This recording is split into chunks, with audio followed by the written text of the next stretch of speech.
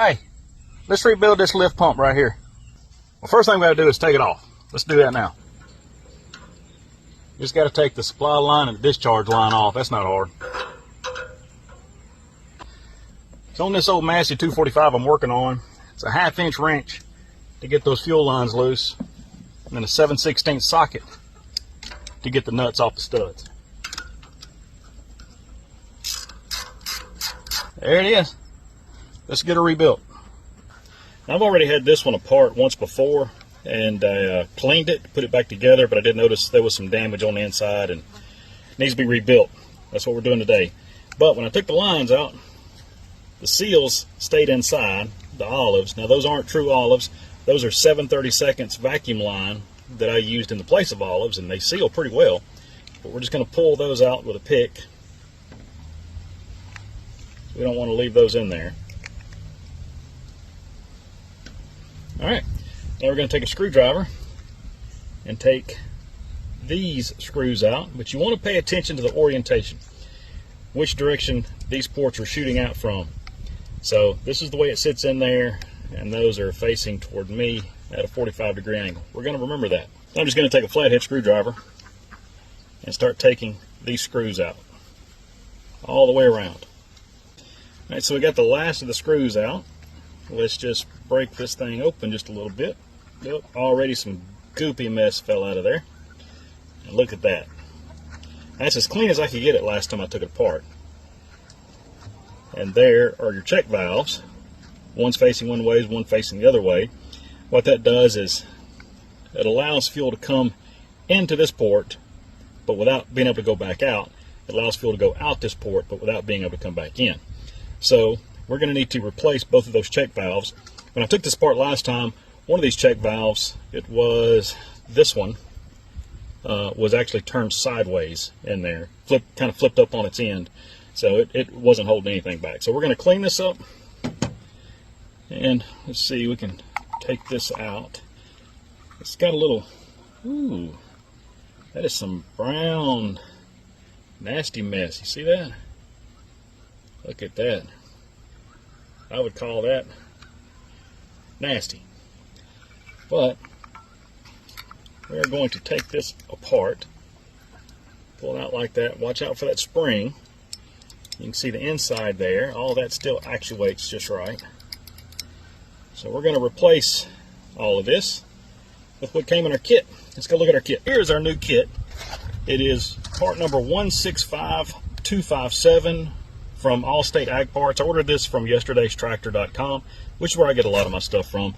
I'm not a tractor mechanic. I'm learning as I go, but they've proven pretty useful as far as repair parts. This is what comes in the kit. I'll let you just kind of take a look at it here. This does a lot of different pumps, not just this particular pump. It does several pumps, but it has everything that we need for this pump right here. I did forget to mention that these check valves that are in here, they are staked so they can't come out. They have to be kind of pressed in. You can use a hammer and kind of tap them in, but it's best if you press them in, and it doesn't take a lot of pressure to do that. But once they're in, they're staked. So you can see there's a stake there, another one there. There's 4 all the way around for each check valve in this pump, this particular pump. So we're gonna have to get those out. When we put the new ones in, I'll use a center punch on the edge just to kind of stake them in once they're in there good. Okay, so this first one here, I was able to just stick my screwdriver in there and pry it out. We'll see if the second one is going to be just as easy.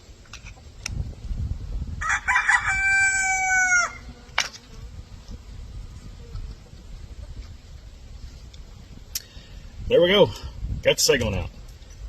Kind of came out in pieces, but it finally pulled itself all the way out. So we're going to clean this out really good with some brake clean or something like that, and I'll get back with you. Well, I believe I've got these just about as clean as I'm going to get them, about as clean as they need to be as far as I'm concerned. There's still some varnish and probably rust down in there, but I can't get all that out. So we're just going to go with what we got. Let's start putting this together. As part of the kit, there's going to be these little gaskets right here, and they go down in the hole and seat where the check valve is going to seat. So you you just work those down to the bottom until they are seated where the check valve should seat. I don't see any gaps or edges standing up. So there's that. Now we have to take our new check valves and put those in. I just took a screwdriver and just went around the outside edge and kind of lightly tapped it down in there, and it really wasn't that big of an issue to get those in there. So I'm going to take a center punch or a drift or something and go around the outside edge and kind of stake the outside edge to kind of make sure it stays in there good. Alright, so there we have them staked. I don't know if you probably can't see that around the edges, but used a center punch and just went along the edge. So I got it staked at least one place on either side for both of them. And they're in there. So let's move on. So you just take this is the new one, that's the old spring, you put it through there like that, and you feed it into there. Now you'll notice in here there's a slot. So when you put this in there, you have to put it through the slot and then turn it. And you can see it has those wings, and that is what holds it into place. So I'm going to try to do that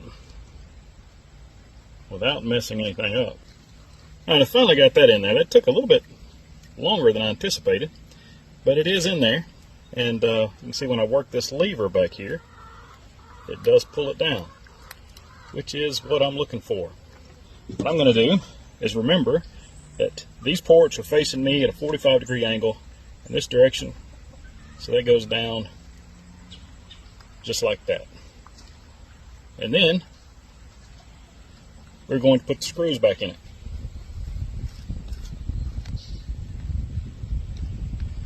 So there's our completed pump. It's all back together.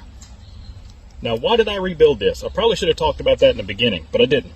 Now, aside from the check valve that had flipped up on its side whenever I took it apart to clean it the first time, the diaphragm actually has a small tear in it. Last time, there it is.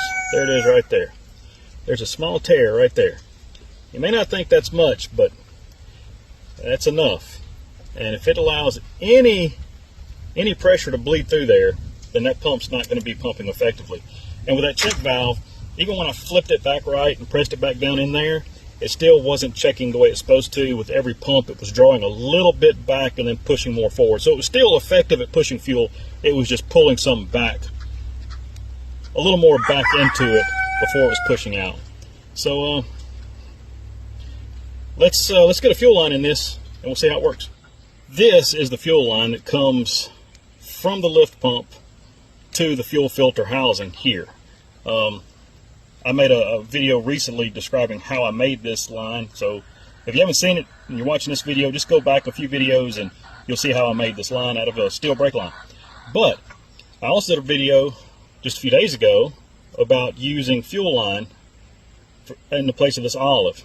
Now, I said in the video that I don't like using fuel line, that I prefer a vacuum hose.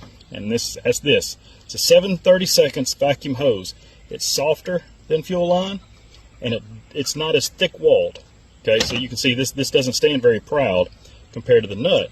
So the 7/32 vacuum hose, to me, works perfectly. You can imagine this being pressed up into the fitting and the nut coming behind it, and how it just squishes that up and creates that seal.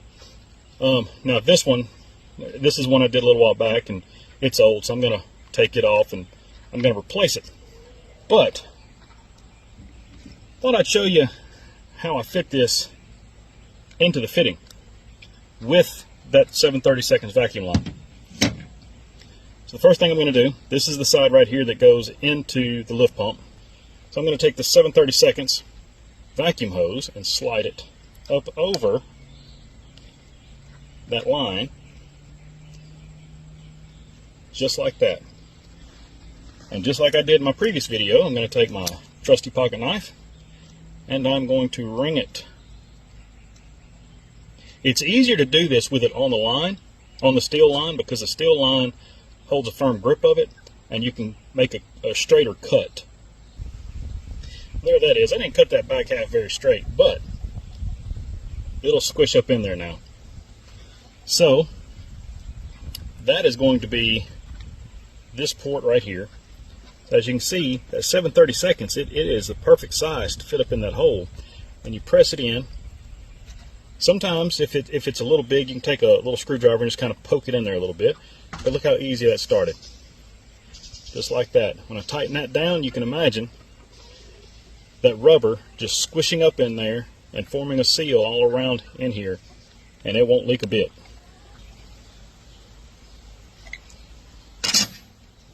All right, that is in there, and I got to tell you, that is tight. That is not going to leak at all.